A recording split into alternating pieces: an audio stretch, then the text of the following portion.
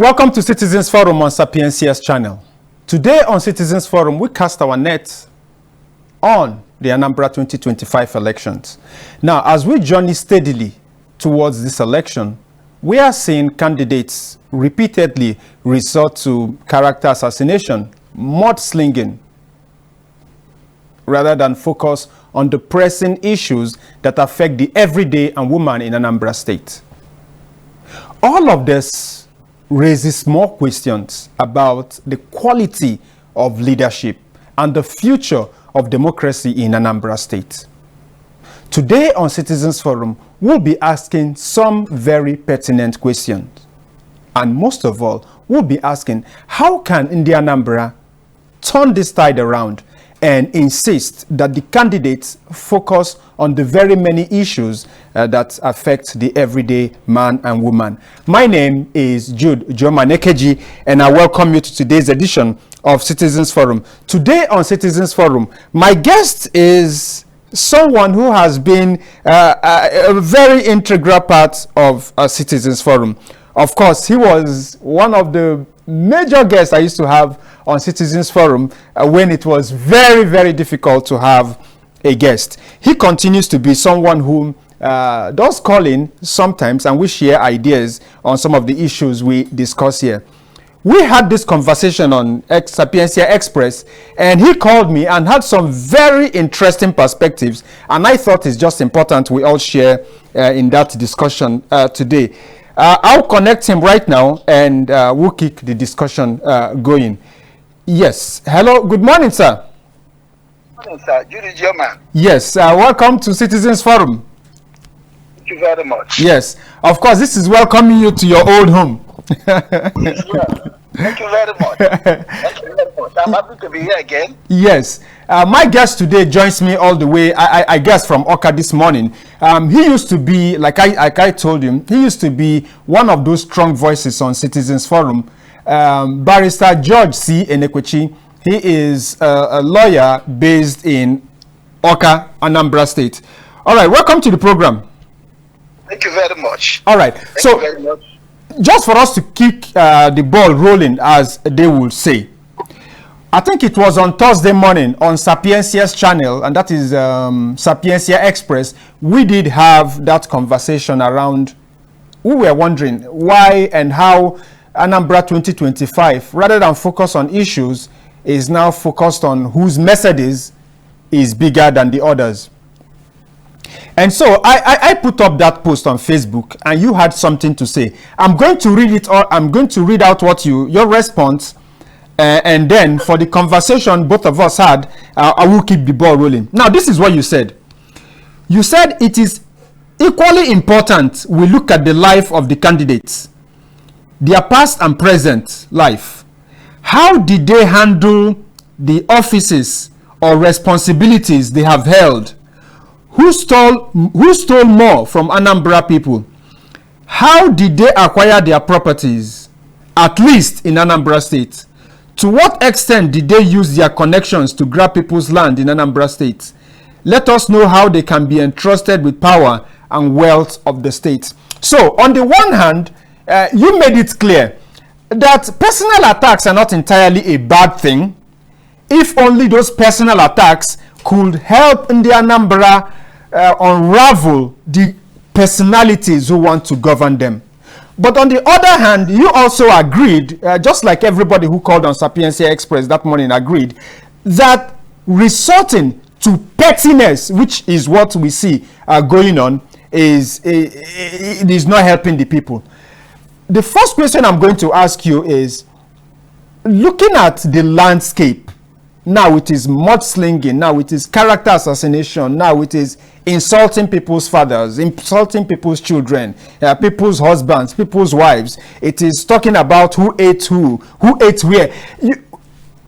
Tell us what you think about the landscape as we journey to 25 November. It's all right. Thank you very, very much. Yes. I'm happy that this question arose. Now, there is a level of personal involvement in political activities. Now, when people are involved in politics, They are involved personally. Their families are not involved. Their husbands are not involved. Their wives are not involved. Their children are not involved, except where in the course of participation in politics, their wives or husbands or children are brought in by them, either to allege or commit one atrocity or the other on the basis of their relationship with that person in politics. Now, I have listened to those who are the gladiators of the time. At least, let me say this of Soludo. When I had Soludo talk about certificates, the little I had, he did not mention the certificate of any person's husband or children. I did not hear that. But when I had Uche talk, I heard her talking about the wife of Soludo, and I said to some people, this is crossing a red line. This is crossing a red line. You don't do that. I'm talking about a man's wife sleeping with a former governor. You don't say such things. You don't get into that kind of dirty politics. It's too petty. You don't do that kind of thing. You don't talk about the person's wife, except they boast of their wives and bring the character of their wives into issue. You don't talk about such things. Nor did I hear Soludo talk about the husband of Uche Kunife. And because of that, Uche is absolutely wrong to have involved the wife of Soludo in any manner whatsoever. You just do it person to person if you want to do that. But in any event, pettiness must not be part of our politics. Our politics should be based on issues. What has this person done? In other words, when I talk about the character or the personality of the person, I am talking about what is the person's qualification. What is the person's character? Is the character such that he or she can be entrusted with power, with the governance of a state? It is very, very important. If somebody has a questionable character, a character that's unworthy, a character that's untrustworthy, a character that's undependable, a character that is open to abuse any privilege or opportunity, then that person cannot be trusted with any power or any position of trust or authority. No, that person is not worthy. That's why the character of the individual comes into question. Then you look at has the person ever held office? How has he managed that office? What did he do with that office? Did he abuse that office? If he abused that office, then he's unworthy to be entrusted with power, with another office. Because it is when the little you have handled will show us whether you can handle a bigger one. The Bible tells us if you are not reliable in managing a little, you cannot be trusted with bigger riches.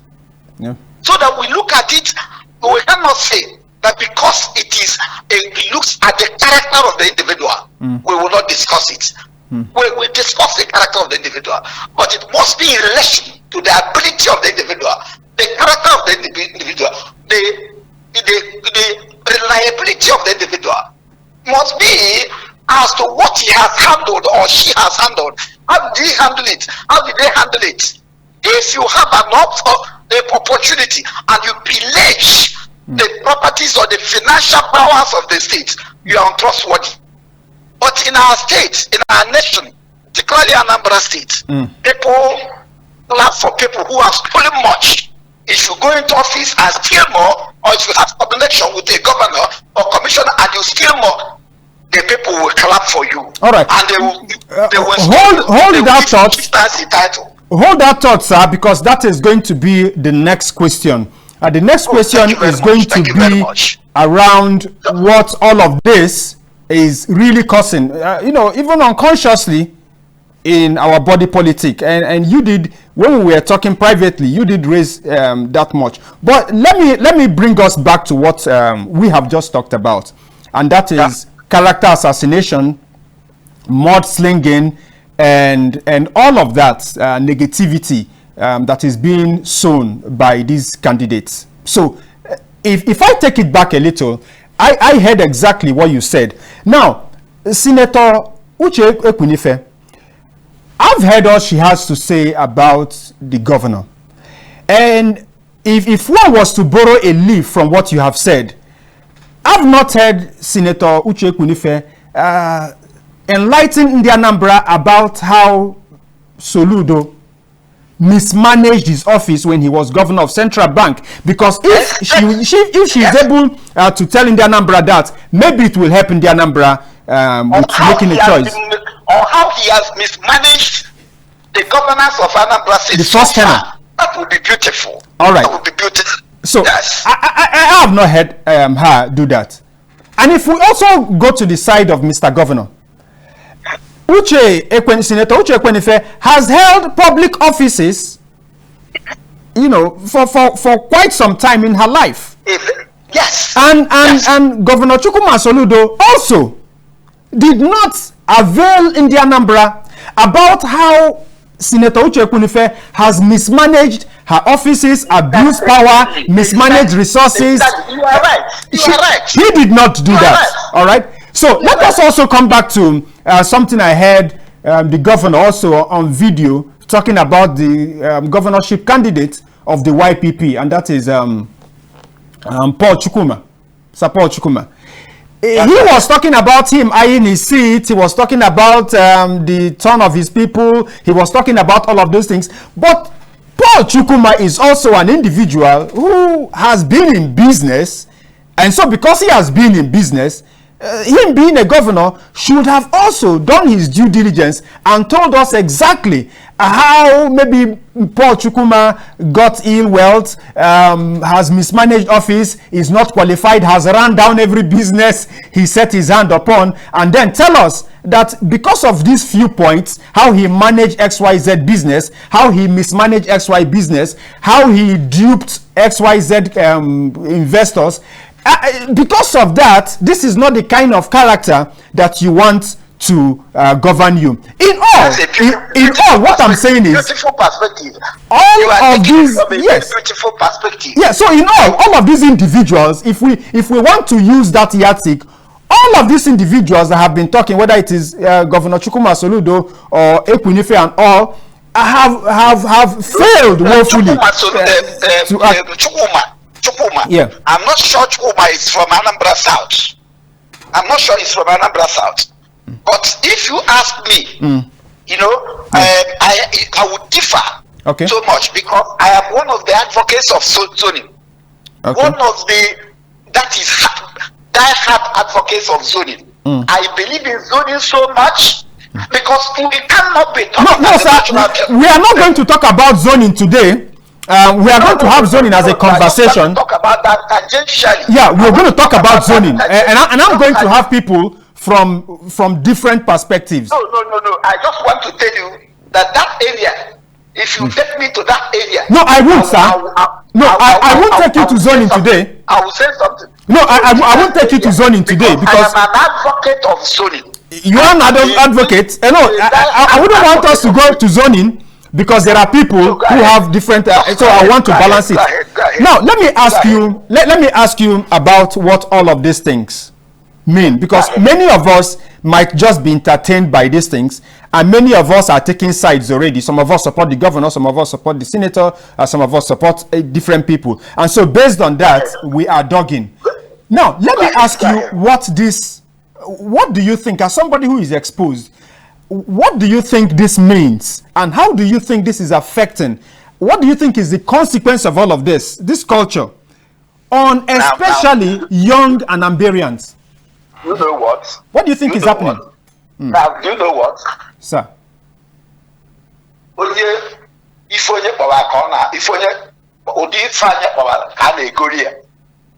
know, if you take Ogiri to markets, people will not come and buy direct from you. it will be okay. The Anambra people have not been paying attention to the projects, the vision, the dreams, the objectives of people contesting the election. They've been paying petty attentions to wealth. This man, this man can satisfy us. This man, let us get from him. And that's all we care. We don't want to know his objectives. We don't want to hear his vision. We don't know how he got the money. We don't want to know. So the character of the individual has never mattered to Anambra people, at least in this Fourth Republic. So these people are, because of that, because they see that Anambra people are not mindful of such things. They leave issues, basic issues, they should look at, they should pursue and talk about. And go into mudslinging, bitterness. I am richer than you. I will just that type of thing. Now that's why people don't go into examination of how the other person got the money he is using to go for campaign. Because if you are a thief and you are contesting with me, I have the right to tell the Anambra, this man is a thief. This is what I have about him. This is what I know about him. Let us know if he is a thief. Tell us, and you must be factual. Don't be slanderous. Don't be forced. Don't be forced. Don't just do it for purposes of doing it for undermining or that, doing that person. Let it be a factual presentation when you have facts and figures you can present, so that Anambra people will look at the character of that person and determine whether that person should be governor or not. If they decide to entrust their affairs to a thief, let it be with them. That's why I have always held the view that democracy does not guarantee the choice of the best person in the society. No, democracy does not guarantee that. It guarantees a right to choose from the number of people who present themselves. And if the number of persons presenting themselves are collection of thieves, you look at the lesser thief. If 5 of them are thieves, you look at the person who is less a thief than the other 4. But if there is any good person amongst the 5 persons, democracy guarantees you the right to choose that good person, the only good person, if you know what is good for you. But you cannot tell me that if you are there talking about I don't want to hear this and all of them. So don't talk about money. Don't talk about vision. Don't talk about objectives. Don't talk about dreams. Don't talk about tomorrow, the future of the youth. Don't talk about them. Talk about only money. Then a candidate will not be obligated to talk about those things. To talk about the future of the youth. Yep. And I don't know how you can go into government without talking of the future of the youth. Who are you preparing things for? Who are you trying to lay the foundations for? Who are you trying to create atmosphere for their welfare tomorrow? Who are you governing? If you can't talk about the youth, if you can't talk about the downtrodden, if you can't talk about the welfare of the people you are trying to govern, what are you going there to do? To tell us about your long vehicle, to tell us how your wealth. If you are interested in your wealth, wondering about your wealth, go and keep making your wealth. Go and make billions one day. Go and make billions, trillions in a month. We don't want to know. But leave us to get somebody who will manage our affairs better. Because governance is a very serious issue. It deals with the welfare of all the people in the state, including their security, including their academics, including their spirituality. Because if you bastardize the state, nothing will be good there. It includes the morality of the state. Because without morality, hear me, without morality, there is nothing that you do that can stand. There's nothing that you can do that will be good. Once you remove morality, whether it is in politics, whether it is in business, in any area of life, once you take away morality, forget it. You are on the wrong route. You are clearly on the wrong route. There's nothing that you do that will be good and whatsoever. But base everything you are talking about, everything you are preparing on the issue of morality, and let it be a sound morality. Let it be that you mean it, and let it be that you are living it. Then people will look at you and see whether they can follow you, because you are showing them the lights. You are showing them the lights, and when people see the lights, and the people who love lights will see the light and follow you, and you will now go to a good place. The children will now go to a good position in future, because what is happening in Anambra State now in Nigeria is a ruination of the lives of the youth. Sometimes I shudder. What will be tomorrow? How will our people? How will the young ones live? Is it kind of legacy we are going to leave to them? Is that the kind of thing they will say we are handing over to them? Honestly, I am pained. Each time I look around, I weigh things. I am pained in my heart, because I see that people don't think about the future of these youths. I ask myself, were they treated in that manner? Was that what was handed over to them?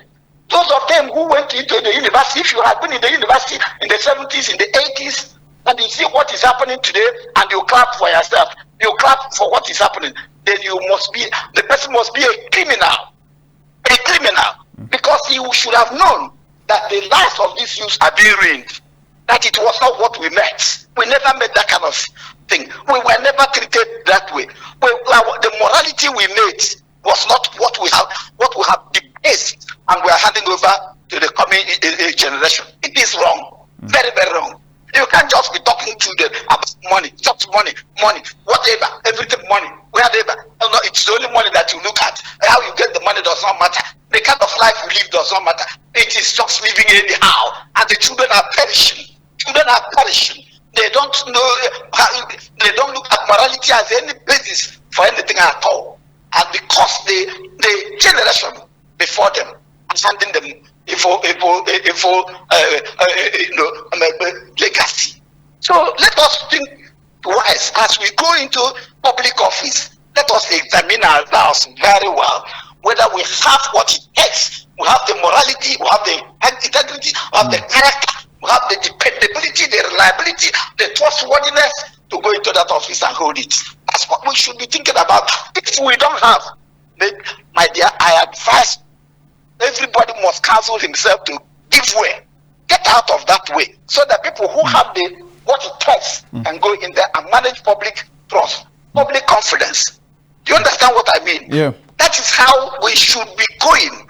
Not every rogue, every vagabond, he will talk about power, talk about governance, talk about anything, looking for governance as an opportunity to enrich himself, or to treat his kith and kins, to show them that, give them, do what he couldn't have done for them. He will use it to create wealth for them. It is wrong, very, very wrong. I don't know how Zebediah will put it. I don't know whether he will say it is the most wrongest. I don't know whether he will speak that grammar. Yeah.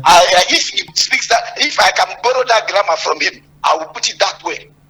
This most wrongest, if you understand what I mean. I'm trying to borrow grammar, some words to make it, to drive home what I mean. So we are in a terrible situation. And those some of you who are in public domain, the public media, or media whatsoever, you know your position is very, very, you are sitting in a very big office where you have to direct the morality of society, the direction of the society, to show the light. When other people are going for other things, you go for what is right, so that your light will direct people in the direction they will go. That's a wonderful one, and that brings me to the last question. Interestingly, you also landed on one of the institutions I was going to ask you about, because when we see what is going on at the scale at which it is going on, one can only begin to talk about who saves this nation, who saves the youths, who stands up for Anambra State, who stands up for Nigeria, who stands up for what we believe in, who stands up for our people? We can ask all of these questions, but the question will always begin with who. And this is what I mean by institutions, right? Now, you just painted a picture of younger ones watching and learning, because that is it. The younger ones do not just watch, the younger ones are learning. They are watching, they are learning, and they see their future being ruined without realizing them. That's my point. I can get to that level. Yeah, without consciousness that this their future is being ruined. Yeah, without that consciousness. And let's talk about parents, okay. If that was how they were trained, if that they make that kind of society, if they had that kind of education, today all the teachers, do you know? Let me just let me talk about that, because the teachers also fall into one of those institutions. When you are introducing yourself anywhere, somebody asks you your name, you say your surname first. Is that correct? It is false. It is only when you are officially being demanded to write your surname first that you talk about your surname. Sir, let me ask the question so we can. Say your name before you say your surname. Sorry, sir. Hello, sir. Hello, sir. Can we just hold on a minute? Let me ask the question so we can also have time for the callers to have their say today. Now, let's talk about some institutions that are terribly silent in the face of all of this. Let's ask this question. Let me ask this question because our younger ones are learning. And when all of these institutions are silent, the young ones will simply take it that this is the norm. And one of such institutions, of course, is the religious institutions. We are beginning to see people who are respected members of different religions, including the Christians and the Muslims, different denominations, because the Muslims have their denominations just as the Christians have theirs. Some of us are surprised that the leaders of these institutions are silent when prominent members of their congregation go out and conduct themselves in a manner that they are teaching the young ones not to conduct themselves.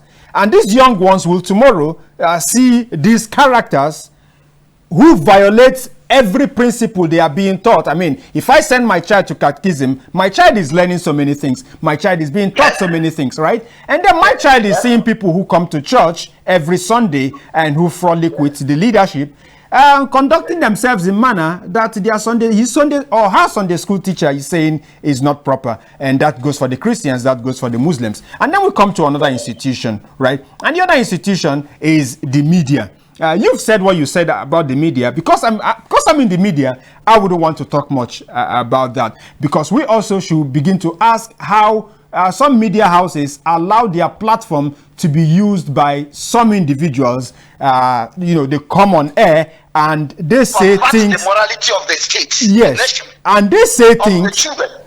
That the media preaches should not be said, and they use that for that platform. I'm going to move away from that. You just talked about the educational institution. At the point where we get to the point in Nigeria where people are doubting the certificates of people who attended institutions that are in Nigeria, the VCs of these institutions are there. We are seeing them silent when people are saying XYZ who got a certificate from your school is fault. And they are keeping quiet because the people who are making these allegations are quote-unquote out powerful people. But then what the young people are being taught in school is that regardless of the position somebody holds, you should speak truth to power. But then when you see those who are teaching you to speak truth to power silent, when power makes blunders, you begin to wonder. We can go on and talk about institutions like INEC, for instance, and all of that, even though people will be quick to say, we don't have faith in these institutions. But what else do you say? These are institutions. Political parties are also institutions. The NBA, you are a lawyer yourself. The NBA used to be one institution that stood and fought, even during the time of the military, the time of Sani Abacha, the time of Babangida. These are people. When the government was afraid of the judiciary. Yeah. So let us talk about. The time you are talking about was the time the government, even military government, was afraid of the judiciary. So let us talk about what happened to all of these institutions and many more that I mentioned. including the military. We can talk about the military. There was a time when the military we are seen as people who will tolerate no nonsense. But today the military is reduced to protecting. Because they have weakened so much. Let's talk about this. They have this. seen that what they were fighting for does not appeal to the society. The military did not perfect the society 1/4 of what the civilians are doing today. Look at the level of corruption. During the Babangida era, you were talking about corruption. But that government would not tolerate a governor stealing 1 million naira. That government wouldn't tolerate it. That government wouldn't tolerate it. But today, governors steal billions. And all that people do is to clap for that governor. The more you steal, the more you are appreciated, the more title you are given. In the church, you'll be given the front seats. And James, writing in the Bible, said, you cannot be giving people seats based on whether they wear good clothes or not. You give them front seats and you tell others to sit back behind. Now, today, the front seats are being given to thieves, rogues, vagabonds, people who have acquired power by false means, who have acquired wealth by false means, and they now step into the church. The church gives them front seats. They testify to the falsely in the church, and people see the young ones look at them as models, and their aim is to be praised in the manner these people are being praised. And what do you want the youth to do? They will do that which these people did to acquire money, or they do worse. Now you see, we are talking about institutions. You talk about the traditional institutions. You see how our chieftaincy positions, the leadership or rulership of communities are being stolen by people who have acquired false wealth here and there. People with questionable characters, people who are dupes in diverse ways. They are moving into our traditional institutions, taking over the leadership, the kingship of the towns, and using that as a platform to hide their crookedness. And they now assemble all manners of crooks and give them chieftaincy titles. And they wear big cap, and they answer chief, they answer author, they answer all manners of names. This one, these two. And I look at them, sometimes I look at some of those characters as comical fellows. Comical fellows. People, you know that you have no basis to be conferred with any such recognition. But because you have stolen money, because you have duped people, and you present yourself and you are being celebrated, and you have the conscience to stand out, to be so celebrated. And you think about such things. And the traditional institutions, the leaderships of the traditional institutions don't even mind. All they do is give us money. If you get 1 million naira, or 2 million naira, or 3 million naira, you are conferred with such title. You are called a chief, or you are called a chair, or you are called this and that. And because our people have low moral base, they have low complex. Their complex is so low that they think it is only by being crowned, given title, one title or the other, being called one big name, chief, doctor, sir, this or that. That is the only way they will be recognized. I look at them, I say, what kind of group of people are this? People who can present themselves for what they are, instead of going about collecting fake titles and whatever, and parading themselves around in that manner. I look at them, I laugh. I say, our society has become so base, so base. And other people will come and say, come and be a knight. Oh, you just come and be a knight. You look at those people who are knights, or whatever they call them. You look at some of them, you shudder. You say you are going to relate with these people. If they call you into that group, you are going to relate with these people. No. 3 minutes gone past. You cannot go there. Dare not go there. Because if you go there, you are one of these groups. You are one of them. So that's why I say to them, what you are doing is wrong. And then you talk about judiciary now. Judiciary is getting so incredible that a retired justice of the Court of Appeal described judiciary as being comatose. And that she was perfectly right in describing the judiciary in that manner, because the judiciary is almost dead. It's almost dead. It's almost dead. And we are here celebrating nothing. Celebrating. But judiciary is going. Judiciary is going. You don't go there with confidence you are going to get justice according to the law and the facts. Sometimes you meet judges who just go and invent facts to write judgments. All right, sir. All right, sir. We are completely out of time. If you can do this in 1 minute, we'll really appreciate it. Especially my producers, who I see them hovering all around me. They'll really appreciate that. So what do you want me to in do? 1 minute, Just round up? yes, Just in round 1 minute, up. in 1 minute, can you tell us what you think the people of Anambra State can do to redirect, to make these candidates course direct? Good. Now, what they can do is to practically reject anybody who doesn't have good promises, good vision, good objective for them. And then they will ask them, these people who are coming around, are you standing by what you are promising us to do?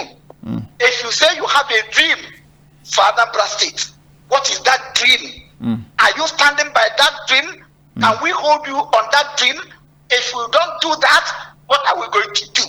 Anambra people must rise, whether church, whether traditional institution, whether students, whether youth, whatever. They must subject these people to issues. Let them tell us their dreams, their vision for the state, covering all aspects of the society, the structure of the society, and they commit them to hold, to be held by that vision they project.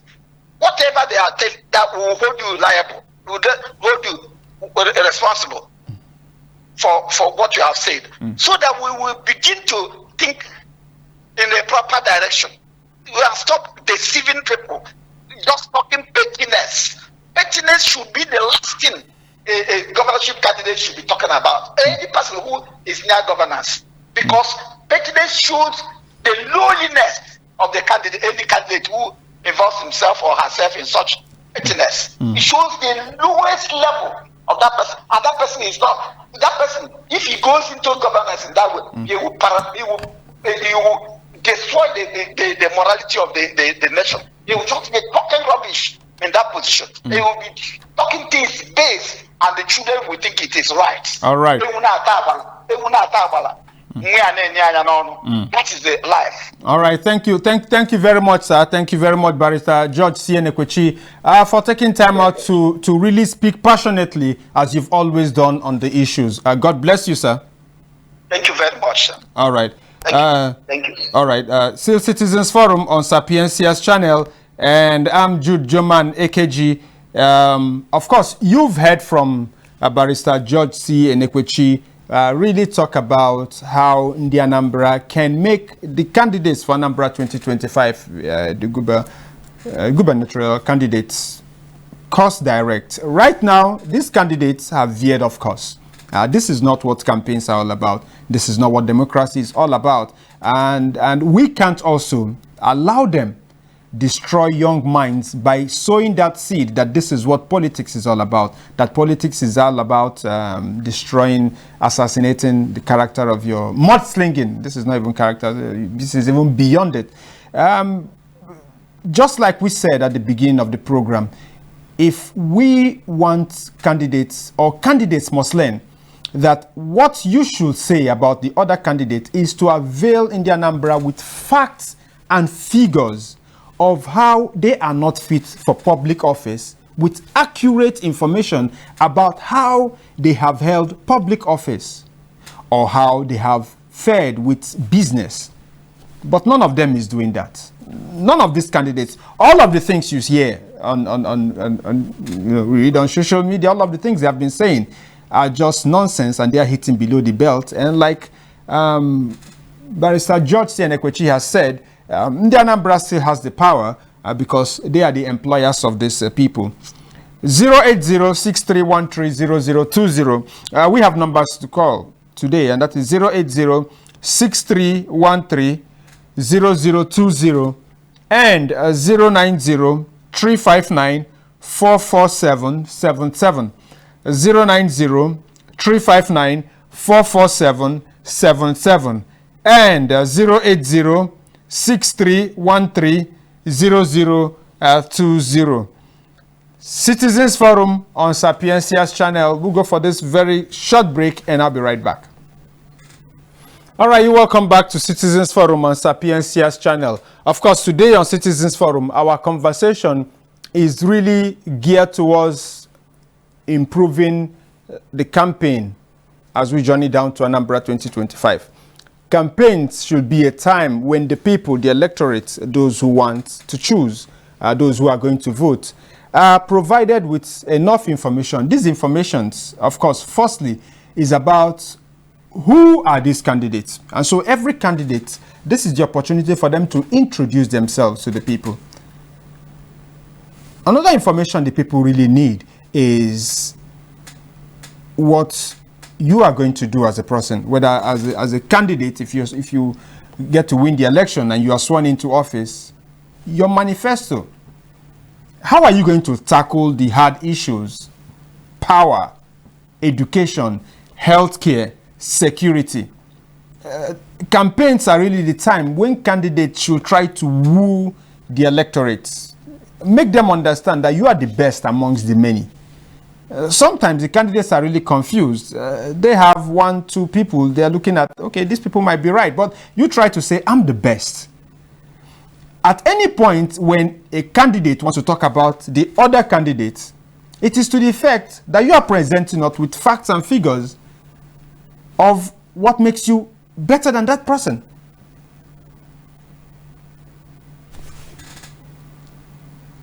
Talking about how that person has held office, whether it is a political office, whether it is a business they've run, or the people they've come in contact with.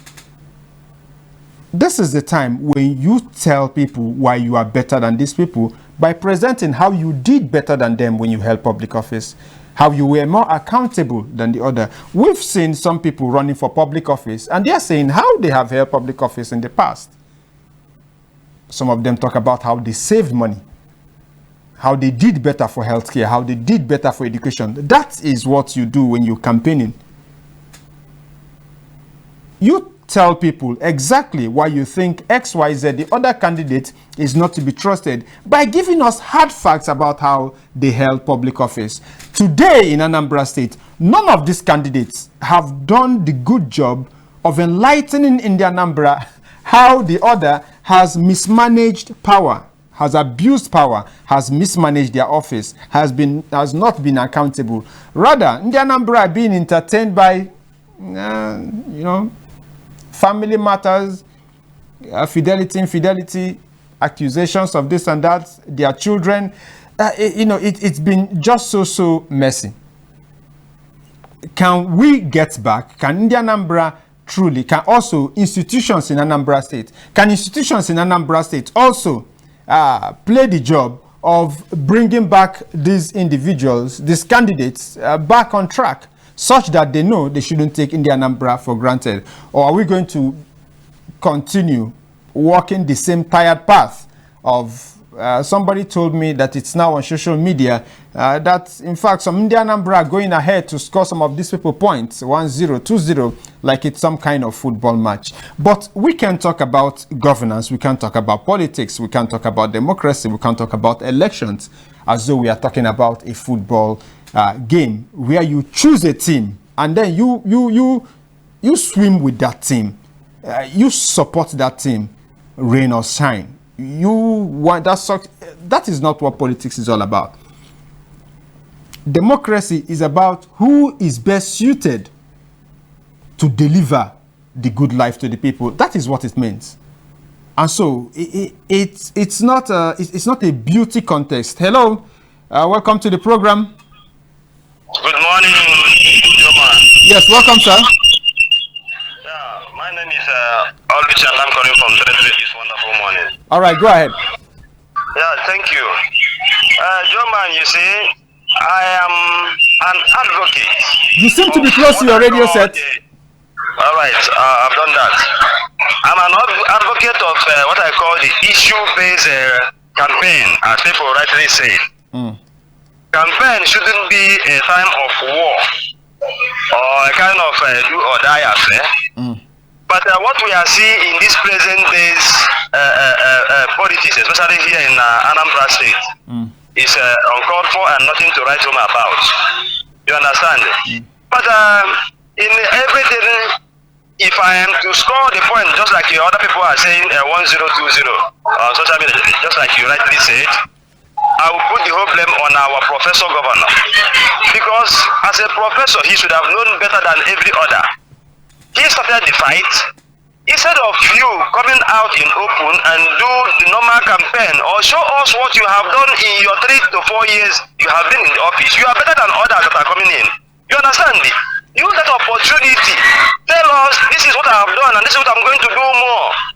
There's one Igbo saying, no, not Igbo saying, one palace that said, the devil you know is better than the angel you've not known. You understand? You could have stood there and say, I'm from so and so road, or I have given you security here. It is left for us to digest and see if the security he claims he gave to us, if they are really working, saving us or killing us. It's left for us to say, the road you say you are giving us, if the road is there or not there, and the one you are going to do in the future. Rather, whenever he comes in public place, he pick up mic, start throwing stone on other candidates. The other time he said that anybody that promises us 110 should be taken to psychiatric center. Is that supposed to be so? And I said, so all this is which even here and here, there and here.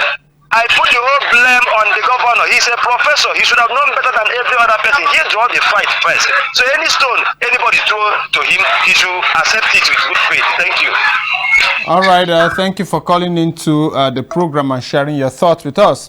08063130020, 08063130020, and 09035944777. Hello. Hello. Yes, welcome. Thank you so much, Joe man. I'm calling you from Onitsha. All right, go ahead. Well, he that lives in a glass house shouldn't throw a stone. I wonder where most of these people that is defending the governor and trying to control the already damaged situation. The damage control can no longer work.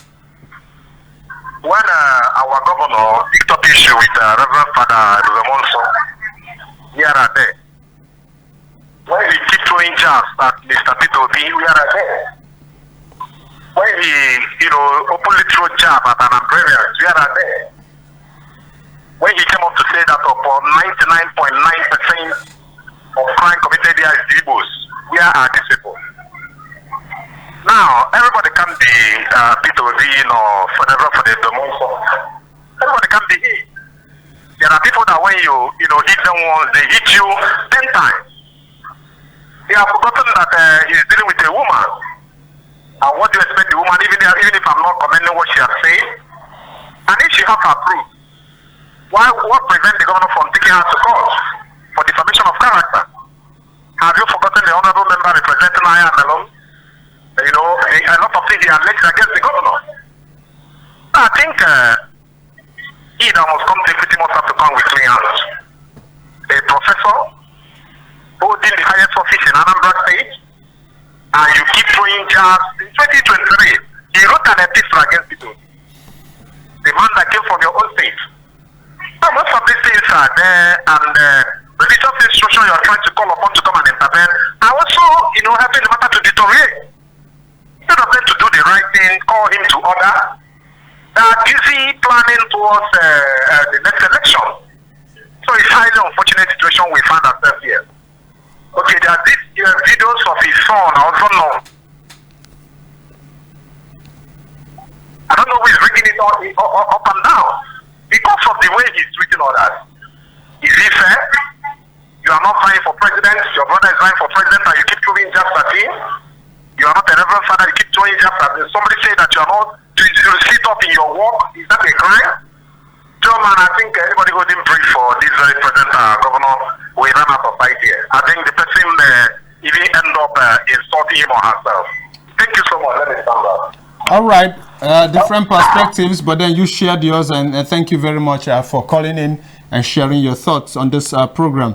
Of course, that will be all we can take today on Citizens Forum. I really thank you for holding on to this point, and of course for always supporting Sapiencia, everything we do. Of course, the Angelus comes up at 12 noon and the news follows shortly. My name is Jude Joman Ekeji. See you again next week.